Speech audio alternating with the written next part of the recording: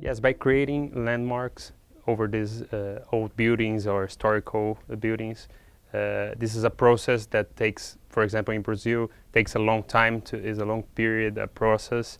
But if you show what is the relevance of these properties and these buildings to as a historical influence and all this importance regarding this type of construction, then creating these landmarks, this could protect these properties from destruction, demolition, and creation of new buildings.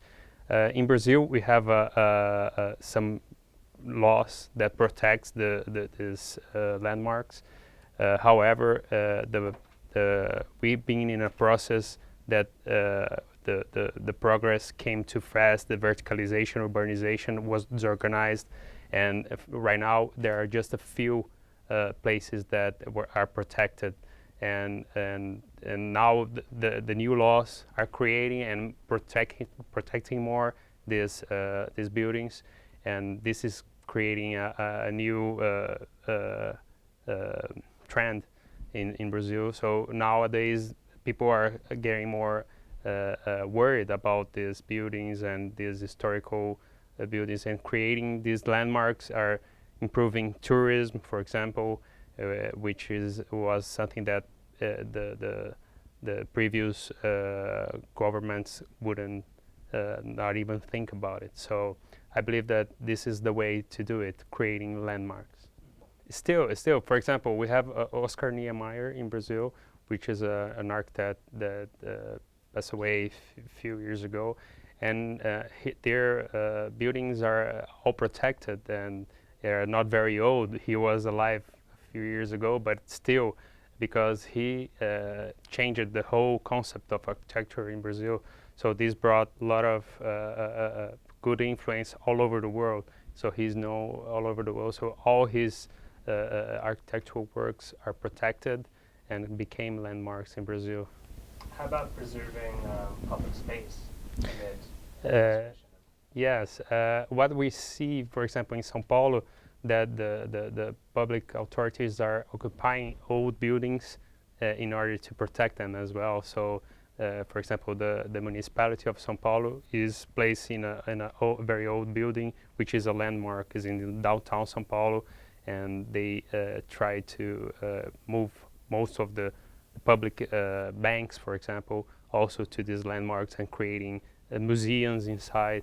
So they are also trying to change to put this in protection, occupying these buildings with public authorities.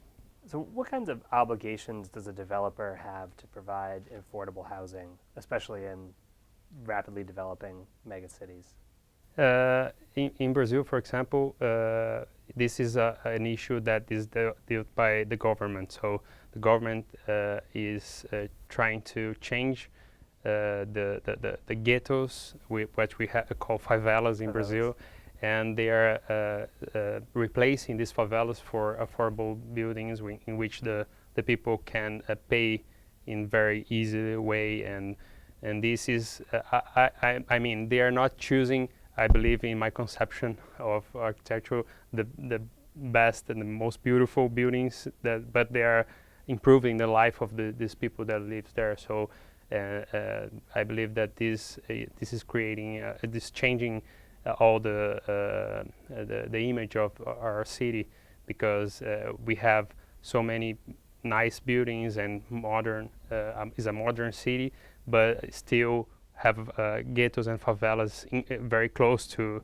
this wealthy building. So the government is trying to improve this and creating affordable buildings for these people.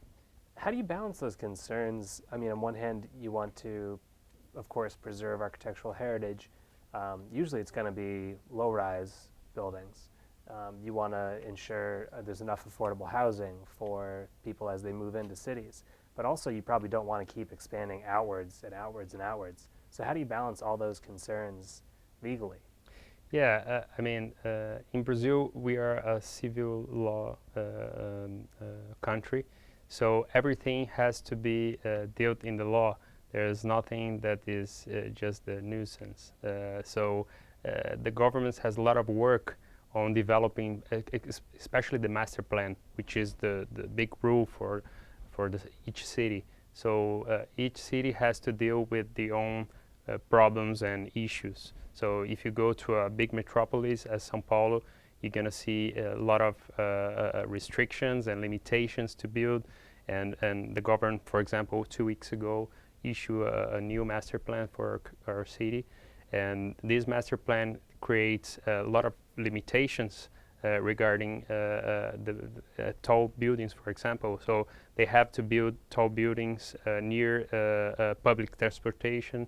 They cannot permit, for example, developing new buildings in places in which you have a density more than X thousand people. So this type of thing is all dealt each city depending on the trends and the issues that happen.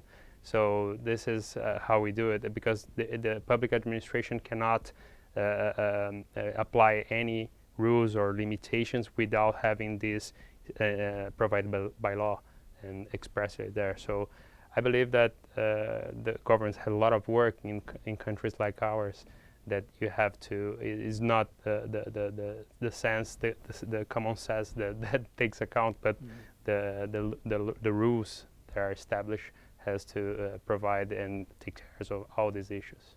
Tell me more about the new master plan in Sao Paulo and what work has resulted for you. Yes, the new master plan is a lot of controversy on this, because this new major created is trying to create artificial districts all over the city in order to try to transfer the density from one part to the other. And this is, we have several issues, and I think this is not natural. So this can create a lot of problems. I believe that the positive way side is that's what we were discussing before, but is to put the buildings, the new buildings, new permits where you have public transportation. But the thing is, who is responsible for the public transportation? This is the public authority. So they have to give the means for the general public to go from one place to the other without spending 2 hours, for example, in a few kilometers distance. So I believe that also is not only the transportation an issue, but to give public service. So schools and hospitals has to be also located all over the city, in order for the people not to have to go from one part of the town to the other in order to have access to such services. So I believe that from one side it was a good master plan, but for another side we have some issues and we have some problems to deal with.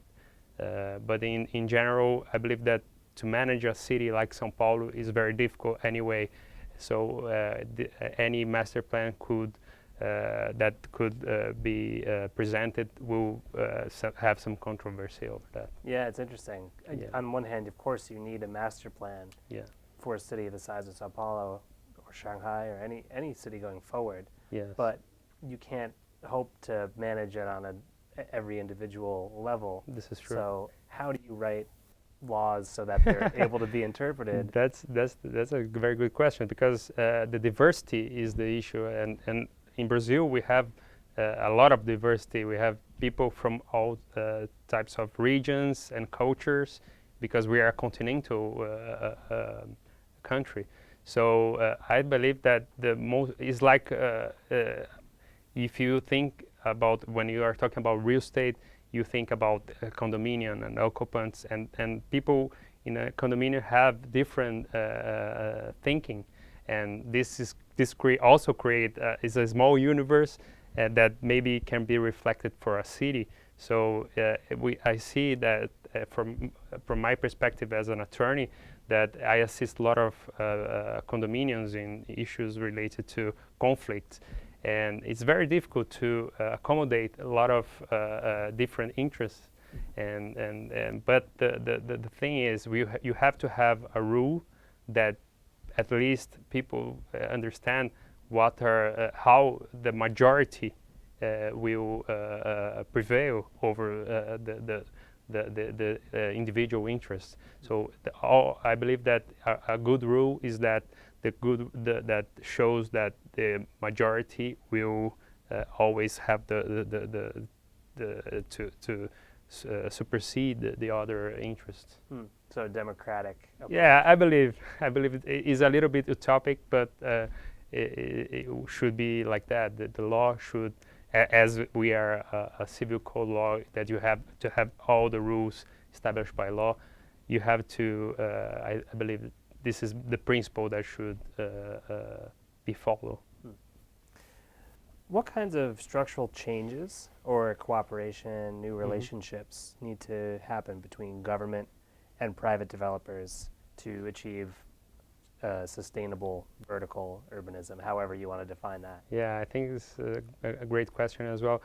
I believe that for nowadays, it is essential for each development, especially when you're talking about tall buildings, to have public hearings in which everyone, the owner and the public authorities and general public can be heard and can put their interest in related to this new project. So if this happens, as you see in the U.S., in the U.S. it's very common to have this type of hearings, and this works well because you can say, oh, this new building can put in risk, for example, create a shadow over a whole neighborhood because of how tall it is. So, and the public authorities have to hear that, and if the law assists these rights from the general public, this has to be this is a concern that has to be heard. So I believe that by doing these previous hearings during the planning of any real estate development, this will create a better solution for everyone. And also, I believe that transferring a little bit to the owner, to the developers, the obligations to comply with some basic service, for example, to create good access to where the real estate developer will be constructed, is also a good thing, and is what is going on in São Paulo, for example.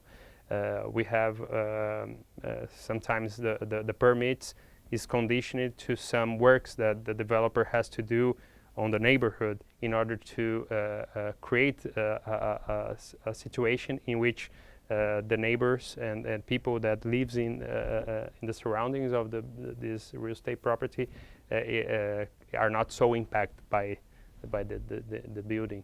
So this is the kind of thing that has to occur. I think everybody has to be heard and has to be with their interest taken care of in each of these projects. I like that you mentioned that. I've heard that called to the right to light. The hearings, I'm thinking of in New York City, Yes. with some of the skyscrapers casting a shadow over Central Park. Yes. Does that right to light actually exist as a right, legal right? Yeah, in some countries, yes. I'm not sure about the U.S., but in Brazil, for example, you have to, your building cannot affect, for example, the ventilation and the right to light for your neighbors and the public, for example. So you have to think about this, and there are legal measures that the neighbors could do in order to impede something that is done against the law. But I believe that this issue is minimized when you have the permit. The permit has to really take care of these issues, and once you have the permit, I think you are okay to build it. It's not like, for example, in the US you have a self-certification, which is a trend in several countries, Australia, UK, and the US, where the engineer who did the design certificate the building, and these can create problems because I heard that, for example, in New York City, in the past years, they have several problems with architects that had this self-certifications, and ended after they did some fiscalization over the supervision over the works that this guy was doing, and they found out that there were several mistakes and affecting the safety of the building, the balconies in which they were designed. So this is also an issue. So, but creates a situation that it can affect the right from another person.